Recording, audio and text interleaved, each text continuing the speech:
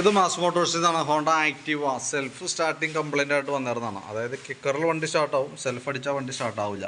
അപ്പോൾ നമ്മൾ ചെക്ക് ചെയ്യുന്ന സമയത്ത് മോട്ടറിൻ്റെ കംപ്ലൈൻ്റ് ആണ്. മോട്ടറിനകത്ത് ഈ വരുന്ന കാർബൺ, അതിൻ്റെ ഉള്ളിൽ തന്നെ ബ്രഷ് എന്ന് പറയും, അത് ഫുള്ളായിട്ട് തേയ്മാനം വന്ന് പോയിട്ടുണ്ട് കേട്ടോ.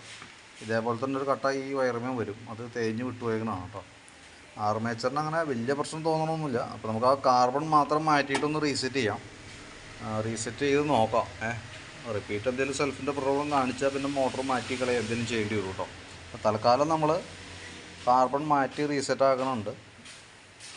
നോക്കാം എത്രത്തോളം ഇതാണെന്നുള്ളത്. മോട്ടർ എന്തെങ്കിലും വർക്ക് ചെയ്തോളും. പക്ഷേ ഈ സെൽഫ് മോട്ടർ റിപ്പയറിങ് വരുമ്പോൾ ചില കേസ് തന്നെയും കംപ്ലയിൻറ്റ് കാണിക്കാറുണ്ട് പിന്നീടായാലും കേട്ടോ.